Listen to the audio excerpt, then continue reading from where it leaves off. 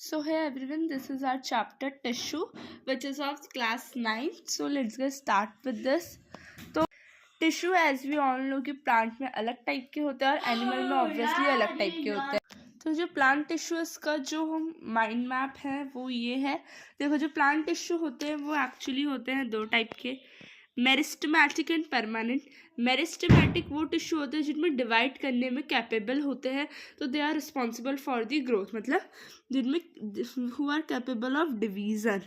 और परमानेंट वो जो परमानेंट है, मतलब जिनमें कैपेसिटी नहीं है, मतलब वो मैच्योर हो चुके हैं और कैपेसिटी नहीं है डिवीज़न की. ठीक है.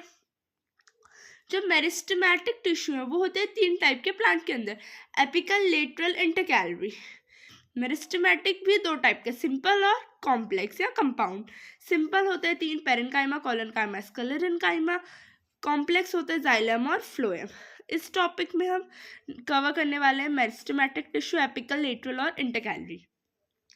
तो meristematic tissues are those tissue जिनमें कैपेसिटी होती है डिवाइड करने की, and they are responsible for the growth and the development of the plant.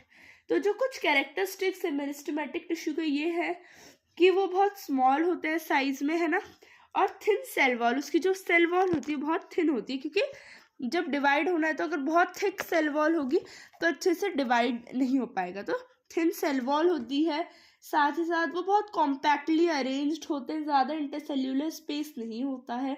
जो सेल होते हैं स्पेरिकल, ओवल, रेक्टेंगुलर, अलग अलग शेप्स के होते हैं.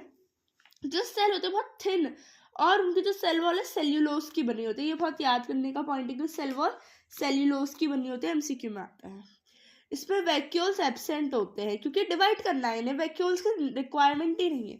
न्यूक्लियस का बहुत प्रोमिनेंट रोल होता है और सेंट्रली लोकेटेड होता है न्यूक्लियस. ठीक है. और अपनी पूरी लाइफ क्या होता है, डिवाइड ही करते रहते हैं. तीन टाइप के होते हैं मेरिस्टेमेटिक टिश्यू. ये है पूरा प्लांट. एपिकल, एपिकल वो जो उनकी टिप में प्रेजेंट हो, जो लंबाई के लिए रिस्पॉन्सिबल है प्लांट की. लेटरल जो ट्रंक में, केबियम में प्रेजेंट हो, जो पेड़ है उसकी क्या डायमीटर, ऐसे मोटाई बढ़ाए. इंटरकैलरी, इंटरकैलरी होते हैं वो जो अलग अलग नोड, से ब्रांचेस निकलती है ना, तो ब्रांचेस का भी तो क्या होता है, ग्रोथ होती है. तो उनकी ग्रोथ के लिए जो रिस्पॉन्सिबल है वो होता है हमारा इंटरकैलरी. तो this is the whole meristematic tissue. अब है परमानेंट टिश्यू.